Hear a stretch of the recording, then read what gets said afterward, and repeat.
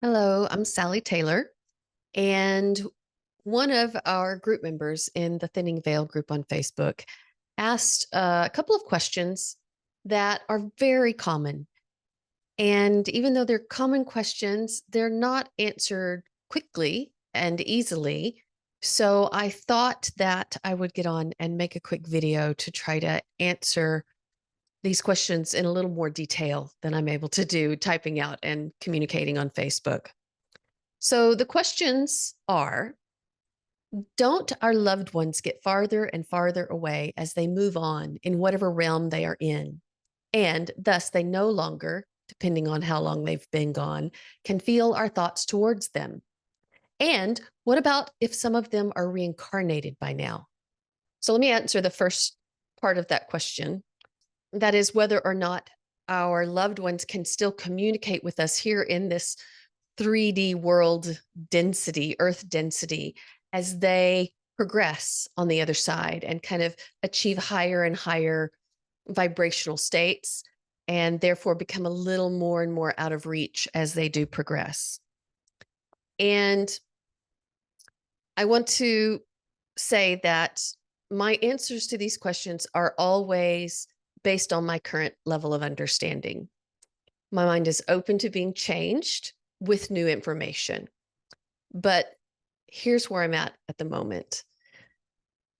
There is some indication that our loved ones continue to progress. And if they are actively working on that process, perhaps it might happen quickly by our way of seeing things. Time runs very differently here for us on Earth. In fact, we're going to talk about time and the fact that time is an illusion. But my opinion is that they can always communicate. And I say that because as a medium, I have connected with people who've been gone for decades, and they're still very approachable. They're still very much able to communicate and provide evidence of their life and their personality when they were here on Earth. Can they get a little further out of our reach? Yeah, I think that's probably possible. But if you are working at your own progression and your own expansion, they're not going to kind of get away from you, if that makes sense.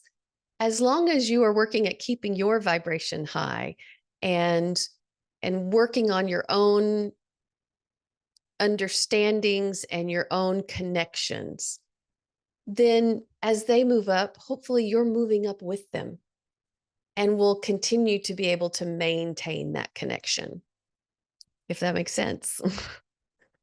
Do I feel like some of my family members are maybe a little further away, vibrationally speaking, and the language doesn't get us there. Let me just say that.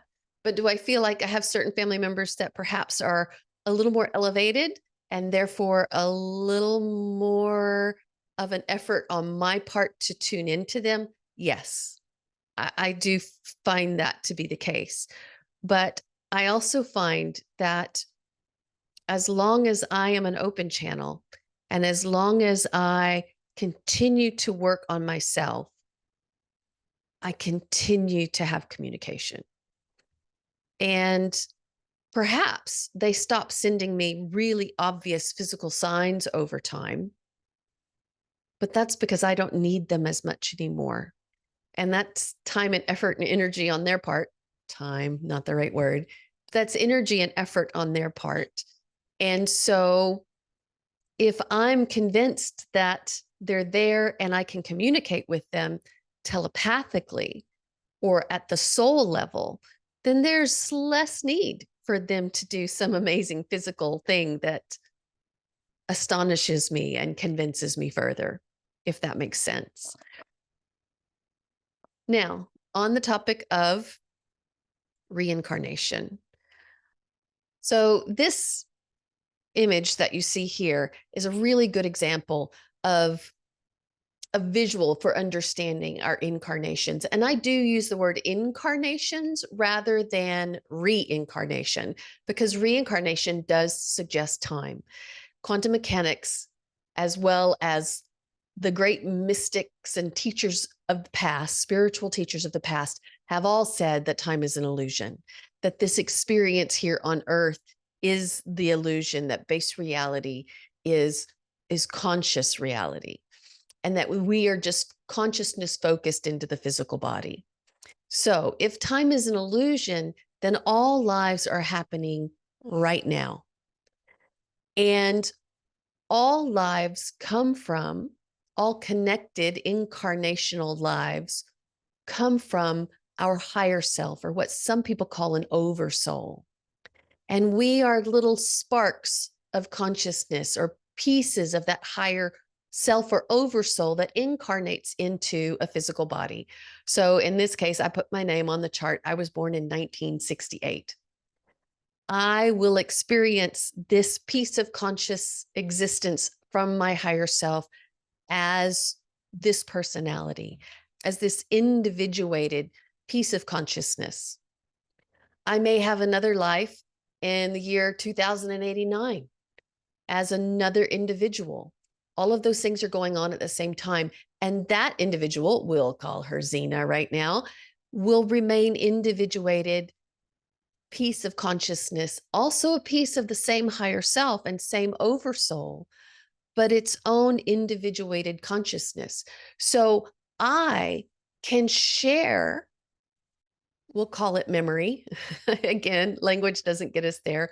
So I can share memory from Xena if I have a future life. We'll call it a regression again. None of this language really works. But let's say I go through a hypnosis session and I experience what feels like the life of Xena in 2089. It will feel like it's me. It will feel as real as everything that I experience here on earth as Sally, because we are connected at that next step up of the higher self or the oversoul. Same with Mary, who was born 200 years BC, or John, who was born in the year 1412, or Marcus, who was born in 6000 BCE. You can be many genders, all the genders. You can be, many different personalities. You can be born anywhere on earth and perhaps off earth. I think there's good evidence for that as well. And have full connection to those lives. I have had what was called a past life regression, and it was amazing. It was astonishing. It felt real. It felt like I was the personalities that I picked up on. So, for example, one of those personalities might have been one called Peter, born in 1842.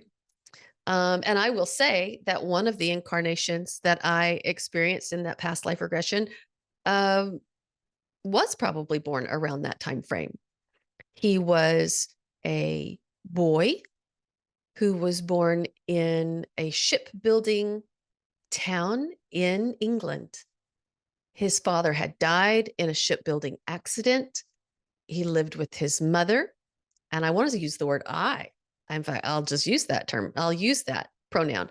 I lived with my mother in basically a shack. We were very poor, basically subsistence living. And I came home one day and she was ill. And I was still a boy. I didn't know what to do. I didn't know how to take care of her. She became ill to the point that she passed away. And then I was an orphan. I also didn't live a very long life in that incarnation. I have memory of passing away in a pile of manure that I would sleep in. I slept there because it was warm. The decomposing manure was warm. And so it was a way to stay warm. And if you smelled bad, people didn't bother you. And so I have all these vivid, vivid memories, mostly the emotional pain of having lost my mother in that incarnation. Now, I've come to understand that that boy is a piece of my higher self and my oversoul. I am separate from that. I can tap into it, but I can remain individuated for, we'll say forever. Again, that's a word that uses time for reference, but I can stay conscious, individuated personality of Sally for as long as I so desire. I can merge with the higher self and still be Sally and share my experience with everyone else that is part of that higher soul. So when people ask me, is your loved one available to you if they've reincarnated? The answer is absolutely yes, because that individuated piece of them is not the part that reincarnates. Although some small portion of them, yeah, that's to be discussed, right? I can't say that I have the absolute answer, but you can stay individuated for, we'll use the word forever. It's not the right word, but you can retain your sense of self as an individual human soul and still also merge with the other souls that are part of you and that you are part of. So our loved ones are always available to us. If you've got a good medium that you're working with, they and your loved one is willing to communicate, they will always be able to reach them. So I hope that that answers a few questions. I'm always open to further discussion, and I'm always open to new information that helps me understand on a deeper level. But for now, this description of all of our multiple incarnations makes the most sense to me. And I'm okay with that. Anyway, I hope this helps. Till next time.